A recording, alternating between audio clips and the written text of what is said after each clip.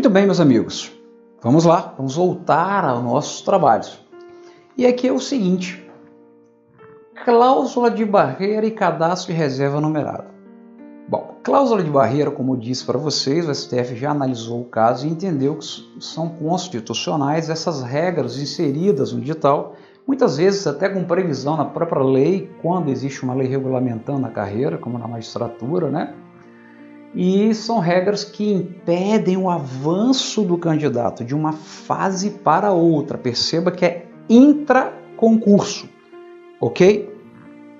E já o cadastro de reserva numerado é o seguinte: você passou por todas as cláusulas de barreira, ou seja, você fez a nota mínima, você estava dentro aquele quantitativo, né, que lhe autorizava a passar para a fase seguinte, e ao final você passou absolutamente em todas as fases. Só que aí tem uma regra no final que fala o seguinte, ó, negócio é o seguinte: por mais que tenha passado por todas as cláusulas de barreira, que são intraconcurso, em 10 mil candidatos, só 1.000 serão aprovados, os demais são eliminados. Ou seja, é uma foice. Simplesmente eu elimino os candidatos do nada. Ao meu ver, isso é absolutamente inconstitucional. E o exemplo desse que existe em âmbito federal, o Decreto 6944 de 2009, que por todos os motivos e por vários fundamentos, ele é absolutamente inconstitucional em limitar o número de candidatos aprovados no cadastro de reserva de acordo com o número de vagas. Então, por exemplo, eu faço um concurso regionalizado e disponibilizo uma vaga para cada região, eu só vou ter 5 aprovados que eu posso aproveitar no cadastro de reserva. Isso é um absurdo. Sendo que, de fato, mais de 500 passaram por todas as cláusulas de barreira. E aí, eu convido os senhores, e vai estar no material 2 artigos que eu escrevi sobre o tema, que eu demonstro por A mais B que esse decreto 6944 ele é absolutamente inconstitucional, tá certo? Ele não se encaixa como regulamento nem de uma lei e nem autônomo, não obstante a cara de pau de quando o mesmo foi feito na ementa lá no preâmbulo, fala com base no artigo 84, inciso 6A, ou seja, falando em decreto autônomo, lembrando que o decreto autônomo do Brasil é diferente do decreto autônomo da França, tá? Decreto autônomo do Brasil é a liberdade que o chefe do executivo tem para poder dispor sobre a organização e funcionamento da administração pública, desde que não implique criação nem extinção de órgão, nem aumento de despesa, ou seja, restrito. E não pode criar obrigação para terceiros, porque afinal de contas a gente tem uma garantia constitucional sagrada. Artigo 5º, inciso 2, ninguém será obrigado a fazer ou deixar de fazer alguma coisa senão em virtude de lei. Então perceba que o decreto autônomo à moda brasileira, ele não pode impor nada para terceiro que não possui vínculo com a administração. Combinado? Só que, não obstante esse decreto 6944, né, de 2009, ele ter sido fundamentado no artigo 84.6a, que é do decreto autônomo, ele é dividido em 3 capítulos distintos. Um capítulo realmente trata de gestão interna. Primeiro. O terceiro também trata de gestão interna. Beleza, decreto autônomo. Só que o segundo, ele trata de algumas regras de concurso público. E essas regras de concurso público, meus amigos, vocês têm que convir comigo, por mais que o concurso ele é instaurado pela administração, ele se exterioriza, ele ultrapassa o âmbito da administração para colocar as regras do jogo para os administrados, para vocês candidatos. E aí veja, esse decreto não poderia impor obrigações que não estão previstas na lei, porque ali é matéria de reserva legal.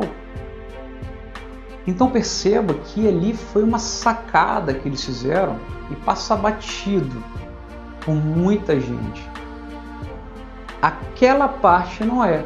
Então, de certa maneira, eu tenho um decreto ali que ele é, em parte, constitucional, com base no artigo 84.6a, o capítulo 1º e o 3º, mas o capítulo 2, ele efetivamente usurpou competência legislativa, cuja a matéria tem que ser disciplinada por lei, porque o artigo 37, incisos 1 e 2 fala que os requisitos de acesso ao cargo têm que ter previsão legal, né? E as regras de acessibilidade também. Então ali é absolutamente inconstitucional, junto com o material, junto com tudo isso que eu estou passando para vocês. Tem 2 artigos que eu publiquei em revistas especializadas de gestão pública que eu demonstro por A mais B a inconstitucionalidade dele. Só que todo ato normativo, todo ato administrativo, seja normativo ou não, ele possui a presunção de legitimidade, de validade, né? E até que você afaste essa presunção e derrube esse ato, no caso o ato é normativo, e ele vai, com base nele, vai gerar uma norma concreta que vai ensejar a sua eliminação. Então, até que você derrube, através de uma outra norma que você vai buscar no judiciário, essa regra para poder te colocar de volta no certame, o ato praticado pela administração tem aqueles atributos, como a presunção de legitimidade, né? Então, até que se prove em contrário, está tudo certo. E aí que é o grande detalhe. Você não sabe disso, é eliminado, não sabe o que fazer e fica por isso mesmo, quando você poderia questionar a constitucionalidade deste decreto 6944. Não obstante várias outras teses que a gente vai falar para vocês, que têm sido acolhidas pelos tribunais a respeito da aplicabilidade e inaplicabilidade do mesmo. Tá legal? Então, isso é bem interessante, é um ponto bastante legal, que é a questão do cadastro de reserva numerado. O cadastro de reserva numerado tem o menor cabimento. Veja, cadastro de reserva nada mais é do que todos os candidatos que conseguiram passar por todas as fases do concurso, superando todas as cláusulas de barreira e foram aprovados. Agora, eles têm algum direito a ser nomeado? Em situação de normalidade, não. Mera expectativa. É apenas um cadastro. Se eu precisar, eu vou e faço uso dele para não ter que fazer outro concurso. Mas se eu agir eticamente, corretamente, não preterir candidato aprovado no cadastro de reserva, não terceirizar a função, ou seja, não criar situações de preterição, o candidato no cadastro de reserva ele só tem a mera expectativa.